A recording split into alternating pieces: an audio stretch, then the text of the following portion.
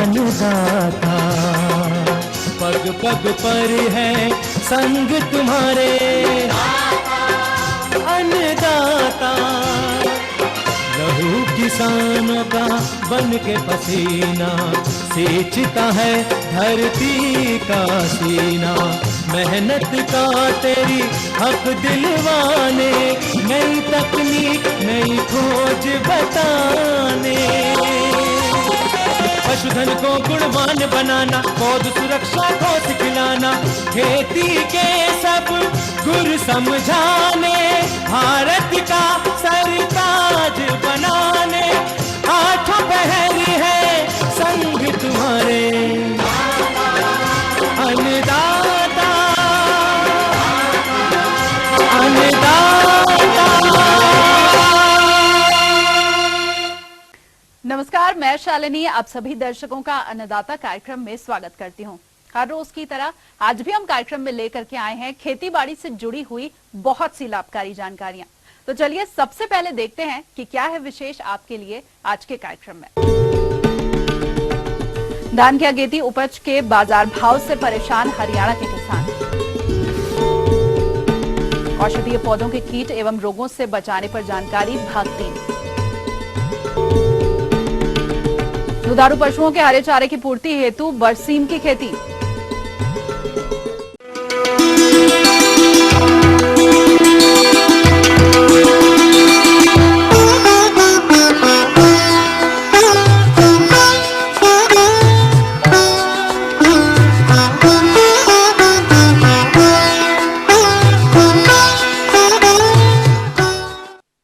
किसान भाइयों, कल के अंश में आपने जाना औषधीय पौधों और जड़ी बूटियों को लगाने की तकनीक और उसके महत्व के बारे में।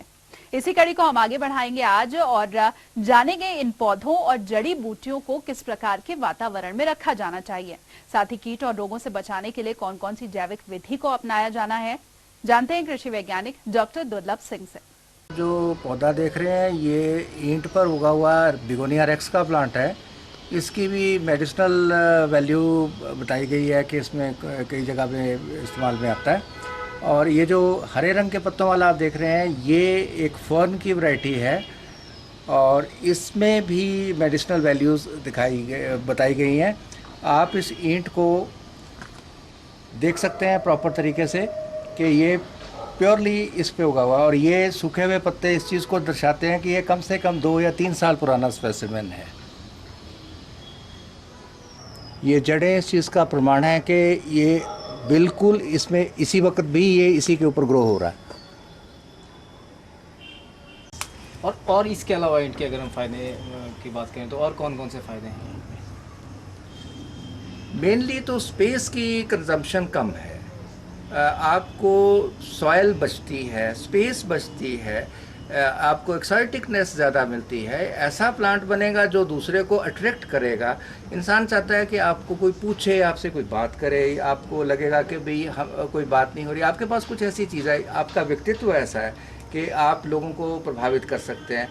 आपके पास कोई ऐसी चीज़ है जो औरों के पास नहीं है, वो अट्रैक्ट कर सकती है, अटेंशन हो सकती है। अगर आपके पास प्लांट ऐसे हैं तो आप नेचर के बहुत करीब हैं।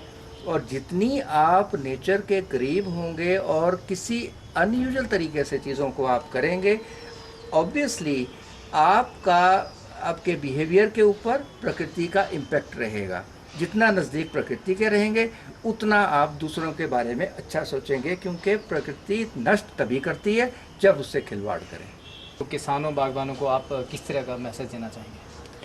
हम ये चाहेंगे कि जो वो अपनी खेती कर रहे हैं या कोई दूसरी चीज़ें वो कर रहे हैं, अगर उससे बेटर मॉनेटरी बेनिफिट आपको मिल सकता है तो उसे कोशिश करने में कोई हर्ज नहीं है। और मैं समझता हूँ कि अगर इन जो साइंटिफिक टेक्निक्स जिनको आज हम बड़े आसानी से कर पा रहे हैं, किसी ज़माने में ये मुश्किल हुआ करती थी, तो अगर आप इसे अडॉप्ट करते हैं, कोई कुछ कर लेते हो, तो एक अच्छा फाइनेंशियल गेन्स नर्सरी वालों के लिए, मेडिसिनल प्लांट्स वालों के लिए, जो नर्सरी मेडिसिनल प्लांट्स की ग्रो करते हैं उनके लिए एक अच्छी चीज़ साबित हो सकती है। आपने अपनी प्रयोगशाला में कुछ पौधे ऐसे हैं जो जिनको ईंटों पर उगाया है, तो पहला प्रश्न तो यही बनता है कि ईंटों पर ही पौधे क्यों? देखिए, ईंट पर इसलिए उगाया है कि इसके पीछे दो रीज़न्स हैं। एक तो ये है कि अगर आप प्लांट गमले में लगाते हो तो लगभग सभी के घर में गमले में उगे होंगे, और अगर किसी अनयूजुअल तरीके से आप प्लांट उगाओगे तो वो आपके पास एक नॉवल्टी होगी आपके पास, लोग पूछेंगे कि ये क्या है, कैसे है।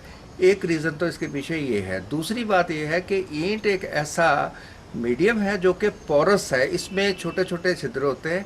आप पानी में ईंट को रखें, ये अपने आप पानी को एब्जॉर्ब कर लेती है। अब जब पानी को इसने एब्जॉर्ब करना है तो गीले होना और मॉइस्ट होना, ये दो चीज़ों में फ़र्क है। हमें उन प्लांट्स को मॉइस्चर देना है, उनको गीला नहीं रखना है। गीले से अगर हम रखेंगे तो उनको जो हवा की मात्रा है वो चोक हो जाएगी, प्लांट उससे मरेगा। और एक चीज़ ये है कि इनके ऊपर हमने पहले मॉस को उगाया हुआ है, और मॉस नीचे ईंट है, उसके ऊपर मॉस है। मॉस एक ऐसा प्लांट है जो कि अपने आप में एक मेडिसिनल प्लांट है, और उसके अंदर ये प्रॉपर्टीज़ हैं कि कुछ एंटीबायोटिक प्रॉपर्टीज़ उसके अंदर हैं। और हमें ये बताया गया है इसमें एक केमिकल है p-ऑक्सीफिनाइल। ये एक ऐसा प्लांट है जो कि कई किस्म की एंटीबायोटिक्स और कई चीज़ों को ये किल करता है।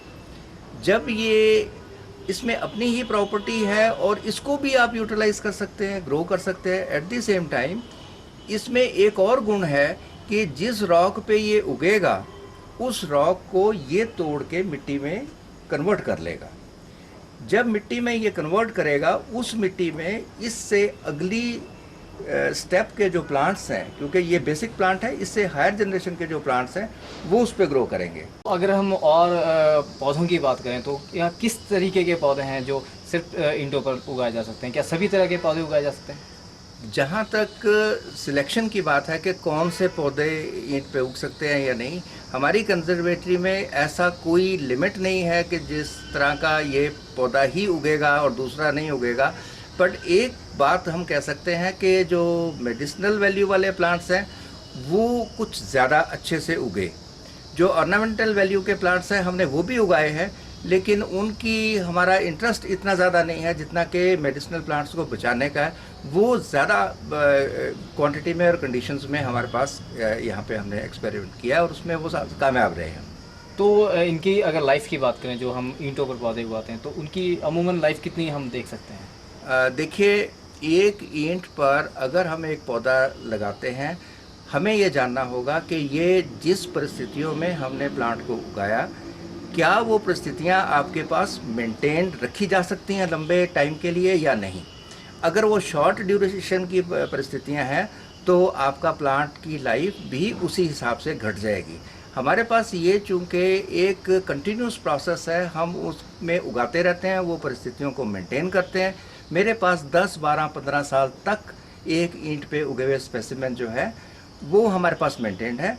और अगर हम बात करें कोई छिड़काव पेस्टिसाइड्स का या कोई कीटनाशक या इस तरीके के छिड़काव, क्या इसके लिए आवश्यक बनते हैं क्या?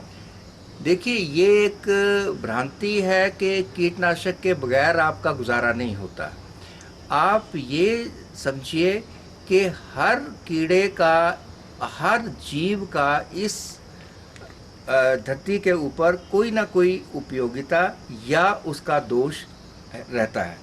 हमें इस चीज़ में समावेश बिठाना होता है कि ये कीड़ा हमारे प्लांट को किस एक्सटेंट तक डैमेज करेगा। अगर उससे हमारे को बहुत ज़्यादा डैमेज होने वाला है, नेचुरल प्लांट्स ऐसे हैं जो उस कीड़े को मारने के लिए या भगाने के लिए सक्षम हैं। आप उनका प्रयोग करें। केमिकल अगर आप डालेंगे फिर तो आपकी एक केमिस्ट्री की लैब होगी, फिर पर्यावरण कहाँ रहा। संरक्षण करना है तो पर्यावरण का करना है, आपको उसके ऊपर ज़्यादा ध्यान देना है। हमारे यहाँ पे किसी किस्म का कोई केमिकल, कोई पेस्टिसाइड हम किसी भी कंडीशन के अंदर इस्तेमाल नहीं करते। यहाँ तक कि जो खाद है हमारे पास, वो भी जो पौधे लगे हैं जब उनके पत्ते सूखेंगे, गलेंगे, उससे जो मिट्टी बनेगी वही उन पौधों में रिसाइकल होकर इस्तेमाल होगी। कुछ भी एक्स्ट्रा नहीं लगाया जाता। तो ये थी कुछ उपयोगी जानकारियां। अब लेंगे एक छोटा सा ब्रेक, जल्द हाजिर होंगे।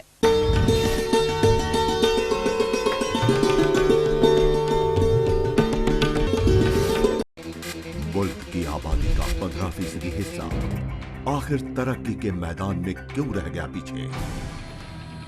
सुनहरे माजी का गवाह, लेकिन आज है पिछड़ेपन का शिकार।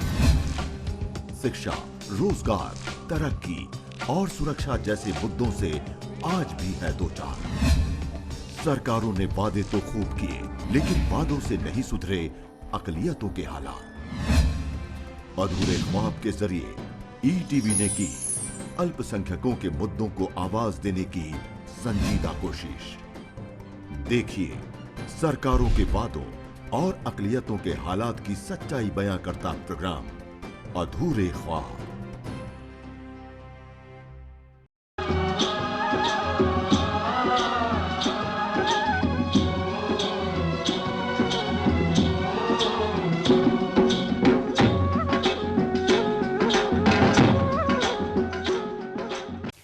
ब्रेक के बाद एक बार फिर से आप सभी दर्शकों का अन्नदाता कार्यक्रम में स्वागत है। बढ़ते हैं अगली प्रस्तुति की ओर।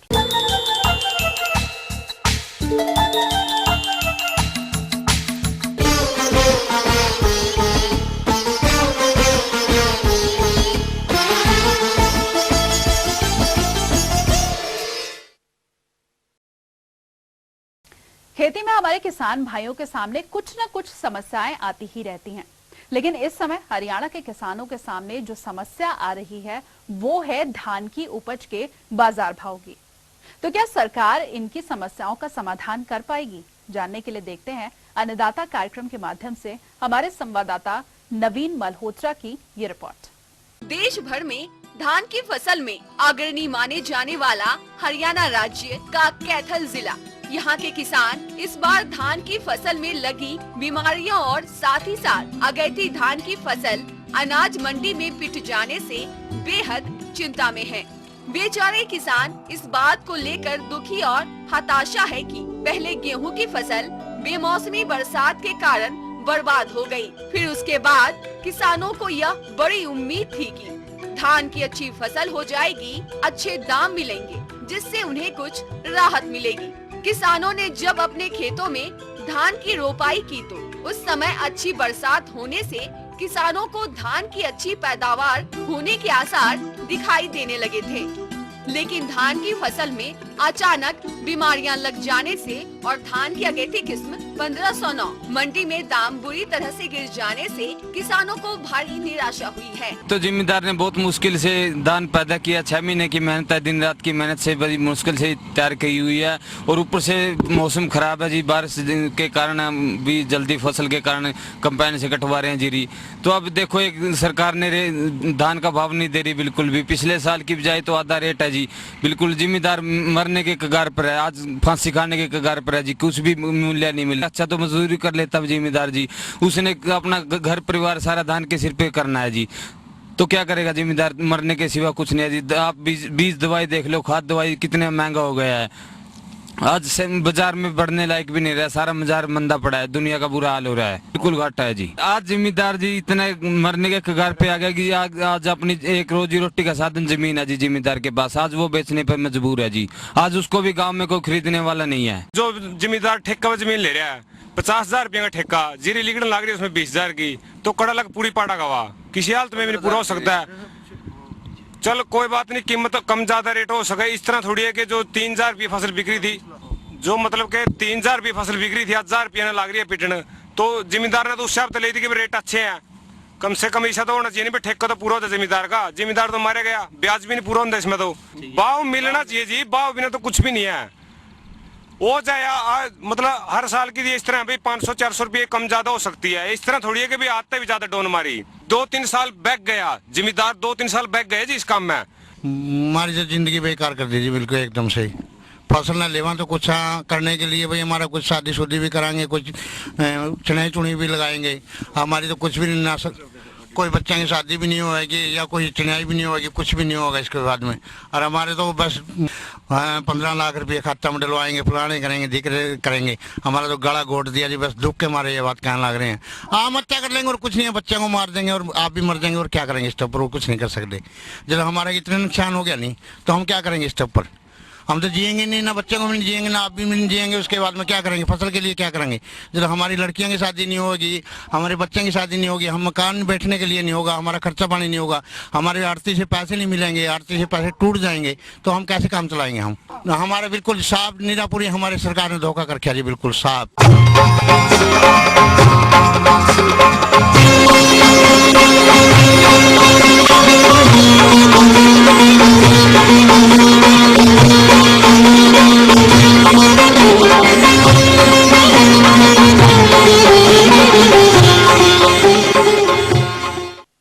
किसान भाइयों, रबी का मौसम प्रारंभ हो रहा है और जिन किसानों के खेत इस समय खाली हैं, वो अभी दुधारू पशुओं के हरे चारे के लिए बरसीम की खेती कर सकते हैं और इससे अच्छा उत्पादन तभी लिया जा सकता है जबकि आप इसकी बुआई वैज्ञानिक पहलुओं को ध्यान में रखकर करेंगे। तो क्या है ये पहलू, जानते हैं एक कृषि वैज्ञानिक डॉक्टर देवेंद्र कुमार से। किसान भाइयों, अभी बरसीम के लगाने का समय सर्वोत्तम समय 15 अक्टूबर के बाद आता है। तो 15 अक्टूबर से लेके पूरा नवंबर भर इसकी बुआई कर सकते हैं। बरसीम में आपको कुछ खास प्रभेद आती हैं, टेट्रा प्लॉयड एंड हेक्साप्लॉयड। इस सब प्रभेद को आप उपयोग में ले सकते हैं, जिसमें बहुत प्रचलित प्रभेद है मेस्कावी। तो इसको आप अगर लगाते हैं तो बरसीम में जो उपचार की विधि होती है, पहले आप फफूंदीनाशक के रूप में आप कार्बेंडाजिम और कीटनाशक के रूप में क्लोरपायरीफास का उपयोग कर सकते हैं। बरसीम भी एक दलहन की फसल है, तो इसके लिए राइजोबियम जो बरसीम के लिए उपलब्ध होता है, राइजोबियम बैक्टीरिया, उसका उपचार लगाने से पूर्व बहुत आवश्यक है। बरसीम आप 2-3 तरीके से लगा सकते हैं। पहला तरीका ये है, जो किसान भाई धान की खेत में बरसीम लगाना है, तो धान में बरसीम की पैरा की खेती भी बहुत ही सहजता और सुगमता से की जाती है।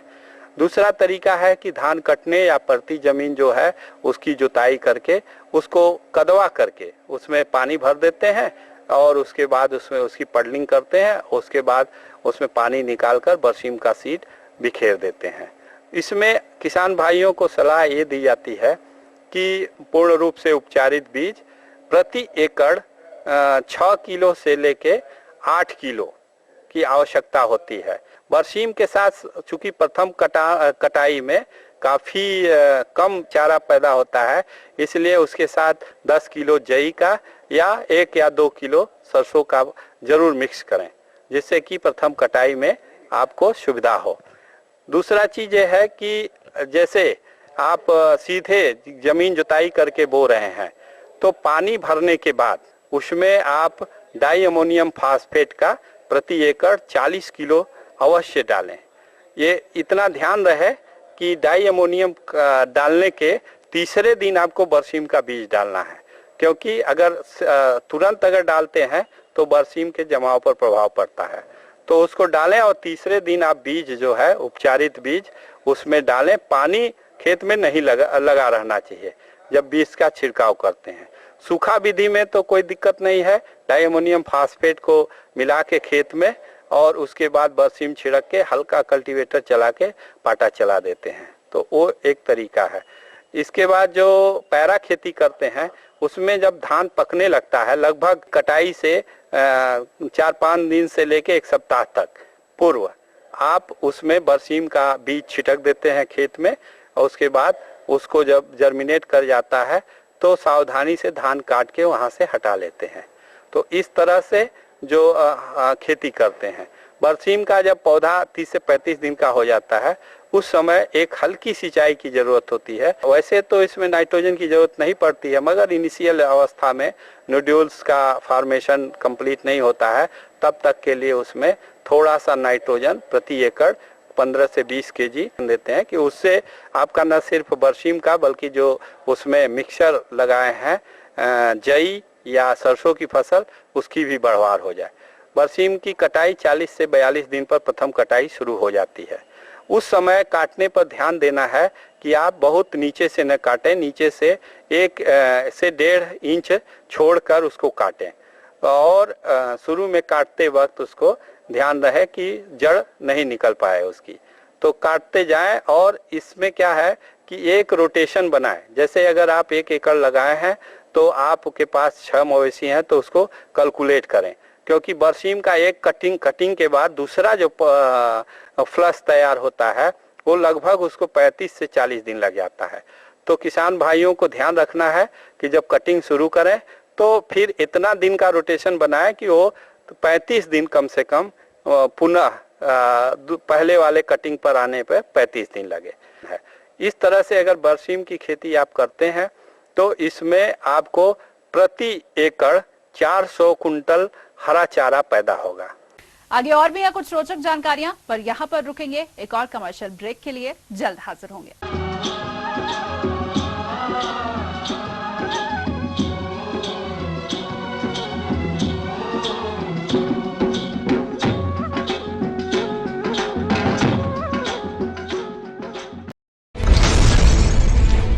आप कहते थे हम जब सत्ता में आएंगे हम लोन नहीं लेंगे, लोन लेना आपने भी शुरू कर दिया। सवाल जो करते हैं आपके हक की बात। आप जो सलाह देते हैं वो सलाह मानी नहीं जाती है, फाइल उठा के फेंक दी जाती है। आईएएस लॉबी ने मेरी फाइल उठा के फेंकने वाला इस धरती पे पैदा नहीं हुआ। या तो फिर आप ये मान लीजिए कि वो गीता जो है धार्मिक पुस्तक नहीं है, आप ये भी नहीं, चित भी मेरी पट भी मेरी। बात चाहे सियासत की हो या आपके सरोकार की, आप में ऐसी कौन सी कमी थी कि मुख्यमंत्री नहीं बन सकते थे? आपसे जुड़े हर सवाल का हम मांगेंगे जवाब। जो महिला सीएमओ है उसी से आप उलझ पड़े। महिलाओं के विकास की जिम्मेदारी है, महिलाओं से ही आप उलझ रहे हैं, ऐसा क्यों? देखिए हमारा खास कार्यक्रम चक्रव्यूह हर शनिवार रात 8:30 बजे और 11:30 बजे और सोमवार दोपहर 12:30 बजे ईटीवी हरियाणा के संपादक मुकेश राजपूत के साथ।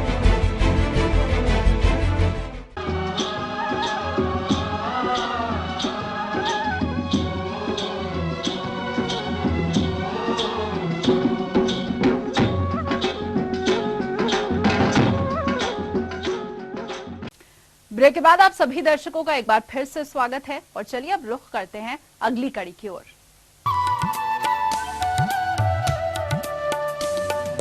अन्नदाता हेल्पलाइन निशुल्क फोन संपर्क सेवा के माध्यम से आपके द्वारा पूछे गए प्रश्नों में से एक या फिर 2 महत्वपूर्ण प्रश्नों को हम अपने कार्यक्रम में शामिल करते हैं और इसी के तहत आज का चयनित प्रश्न और उसका जवाब इस प्रकार है।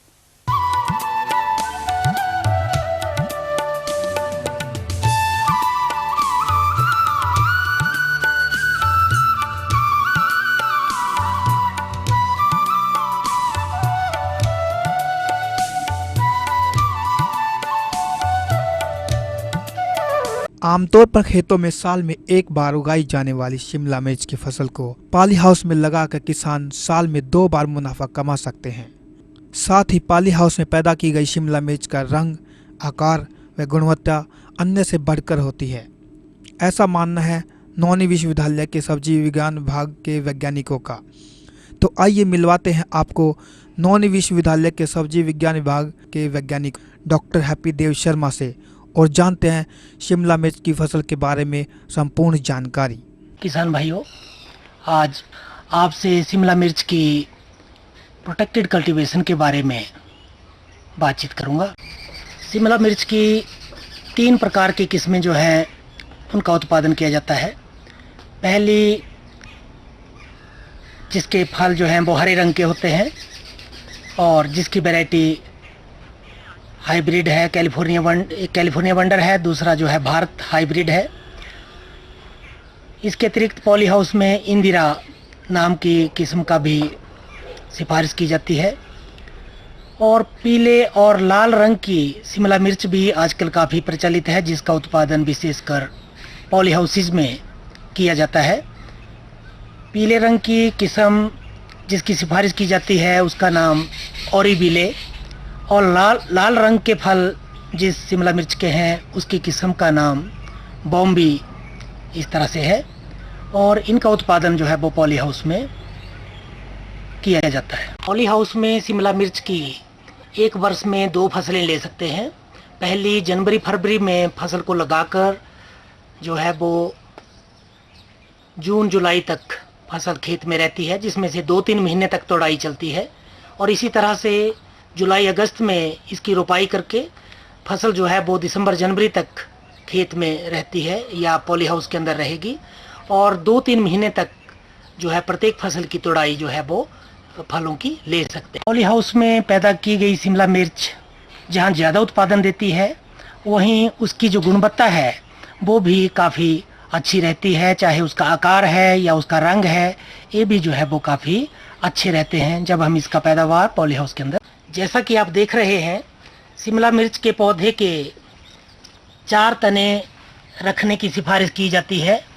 इसके अतिरिक्त अन्य जो टहनियाँ हैं उनको समय समय पर काट छांट की जाती है तथा पौधे को सहारा देने के लिए सुतली या रस्सी का इस्तेमाल करते हैं।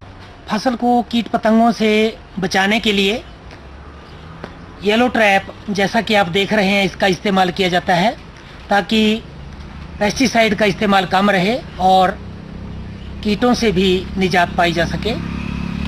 इस येलो ट्रैप के ऊपर एक चिपचिपा पदार्थ लगा रहता है, जैसे ही कीट पतंगा इसके पास आता है वो इससे चिपक जाता है और फसल को नुकसान नहीं पहुंचा पाता। और बीमारी से बचाव के लिए एहतियात के तौर पर भी समय समय पर डायथेन M45 और बेविस्टिन का घोल बनाकर फसल पर स्प्रे किया जाता है। इन सब बातों को ध्यान में रखते हुए किसान पॉली हाउस में शिमला मिर्च की पैदावार करके 10 से 12 किलोग्राम प्रति वर्ग अच्छी गुणवत्ता आकार वाली फसल प्राप्त करके अधिक मुनाफा कमा सकते हैं।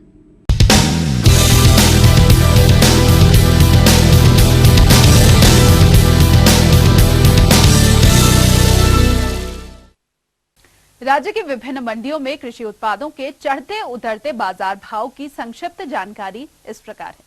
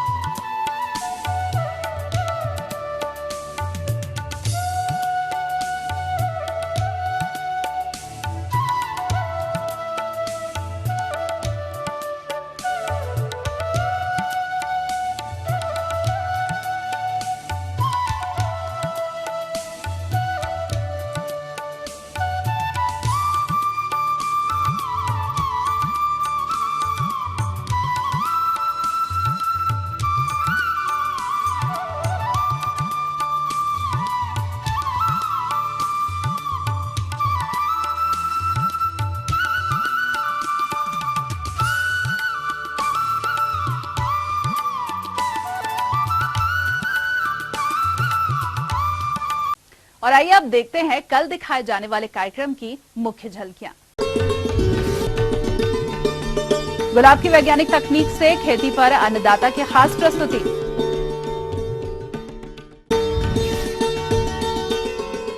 मछली पालन में विभिन्न समस्याएं और उनका समाधान।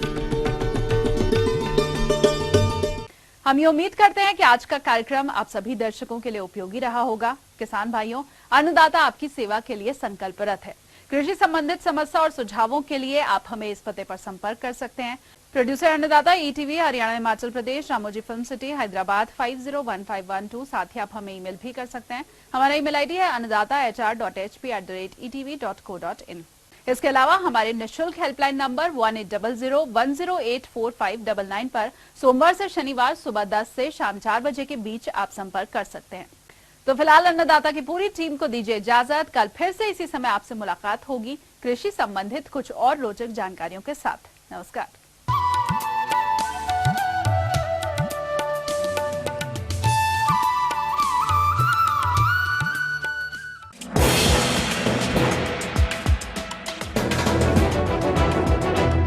आप देख रहे हैं ETV न्यूज हरियाणा हिमाचल प्रदेश, खबर ही जीवन है।